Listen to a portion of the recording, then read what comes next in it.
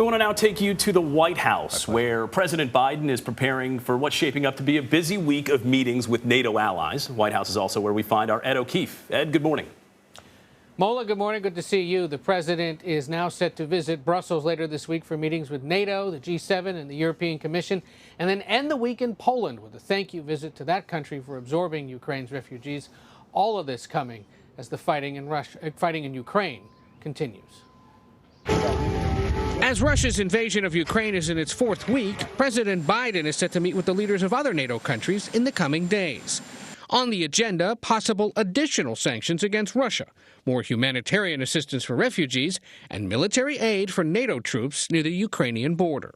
You've seen deliberate targeting of cities and towns and civilians. Defense Secretary Lloyd Austin told Face the Nation Sunday the current tactics are a possible sign Russian President Vladimir Putin's military campaign is losing momentum. His campaign is stalled. He's not been able to achieve the goals as rapidly that he wants to achieve as rapidly as he wants to achieve them. And he warned against any further escalation by Russia. If a chemical or biological weapon was used, you'd see a significant reaction from not only the United States, but also the global community. On that point, there's bipartisan agreement. The use of chemical weapons is certainly something that would alter our calculation. With growing speculation about ongoing talks between Ukraine and Russia, the Ukrainian ambassador to the U.S. said she still hopes for a diplomatic solution. Negotiate does not mean to surrender. We are not ready to give up on either our dreams or on the territorial sovereignty or integrity, but we are ready to negotiate even with the brutal enemy in order to stop it.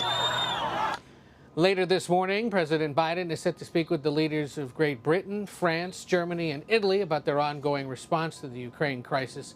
And then it's off to Brussels and Poland later in the week. A big week of diplomacy ahead for the president. Anne-Marie and Mola. So, Ed, let's talk about that a little bit. What can we expect to come out of President Biden's meeting with those European leaders this morning? Well, first of all, this is his first face-to-face meeting with most of these leaders since last summer when he was in Brussels for the NATO meetings then, and when the idea of this crisis was still pretty hypothetical and not as real or as urgent as it now is. So NATO is calling this an extraordinary summit, in quotes. An extraordinary because it was called so quickly and off the formal calendar, because they understand they need to talk a little bit more about where this could be headed and what else needs to be done. He'll also hold a meeting there with G7 leaders, with members of the European Commission, which was already scheduled to happen this week. But it puts him in the same room and face-to-face with a lot of folks he's been talking to virtually now for several weeks and months as this crisis continues. And we're likely to get a sense of how they're going to continue to engage. And then going on to Poland to meet with President Duda. This is a country, of course, right on the border with Ukraine that has absorbed so many of those refugees as they head off across Europe or keep to themselves there in Poland. This is seen as a thank you to them and to other Eastern Bloc countries who are now absorbing so much of this and worried, of course, that the situation could intensify and spread across Eastern Europe. The president will certainly have his hands full. Ed, let's switch over to the other big news in Washington today, dealing with the Supreme Court. The Senate Judiciary Committee will begin its confirmation hearings today for Supreme Court nominee Ketanji Brown Jackson. What are you watching for, Ed, during these hearings, and what are the big issues that we can expect to come up? Well, this really has been on a bit of a glide path for the White House ever since she was nominated last month. And so it's maybe not an issue of whether she'll be confirmed, but by how many votes. And does something happen in the coming days that trips her up or signals whether there will be a lot of Republican support or maybe just minimal Republican support? We don't anticipate that really any or most of the Republicans on the Judiciary Committee would be for her, but you might see some support among the broader Republican conference. This will also be just a second chance for Americans to hear her speak directly. She's expected to do so after each member of the Judiciary Committee today lays out their case for or against her. So not until later this afternoon will she get to make her opening remarks. And then the questioning begins tomorrow. So really today it's about table setting. Tomorrow they get down to the brass tacks of whether or not she should be on the court. But again, by all signals, it's looking pretty good for her. And it's not a question of if, but when and by how much. So, Ed, she's actually sort of been through this before, I think 3 times. Yep. But, you know, this is the Supreme Court. It's different than the other gigs that she got.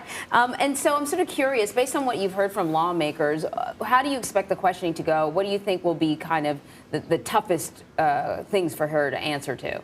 We know there will be some questions about her work on the Federal Sentencing Commission and about her work as a public defender. Some Republicans have suggested that she's perhaps soft on crime because she, as a public defender, represented accused or convicted criminals in court. We'll see how that goes, but they're ready for it. And, you know, I think you take cues from what Senate Minority Leader Mitch McConnell told Margaret Brennan on Face the Nation on Sunday, that she will get a respectful review of her record from Republicans on the Judiciary Committee and then from the Senate overall, which he says is a contrast with how Democrats handled Donald Trump's 3 nominees over the course of his 4 years. We'll see about that. Obviously, there is history being made in her nomination, being the first black woman nominated to serve on the court. And so if somebody gets a little too aggressive, if somebody goes down certain paths, I think that what McConnell was trying to say is that his conference is hoping to avoid that. And we'll obviously wait and see if that happens. But otherwise, it's looking as if all Democrats are on board, and it's just a question of how many, if any, Republicans may also join them. And other Supreme Court news, we've learned Justice Clarence Thomas is hospitalized. What do we know about his condition? So he was hospitalized at a Washington hospital with flu-like symptoms on Friday. Underwent some tests, this court says, diagnosed with an infection, being treated with an intravenous antibiotic. Symptoms are abating. He's expected to be released from the hospital in the coming days. Notably, the Supreme Court says that Justice Thomas, quote, will participate in the consideration and discussion of any cases for which he's not present on the basis of briefs, transcripts, and audio of the oral arguments. In other words, he's not going to be phoning it in from the hospital or from home as he recovers, but will instead review the transcripts and the records later. The court makes clear this is not a COVID case, just flu-like symptoms. We obviously wish him well. And of course, it comes as the Senate is preparing to work on putting another one of his colleagues in place later this spring.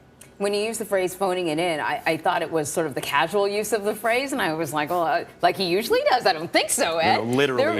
Literally, he could phone it in. And we saw some other justices do this remotely, of course, over the course of the pandemic, which is why there would be precedence for this, because they were working remotely and holding their hearings remotely. In this case, he's just going to work off the paperwork and the audio transcripts. Sounds good. Ed, thank you very much. Take care.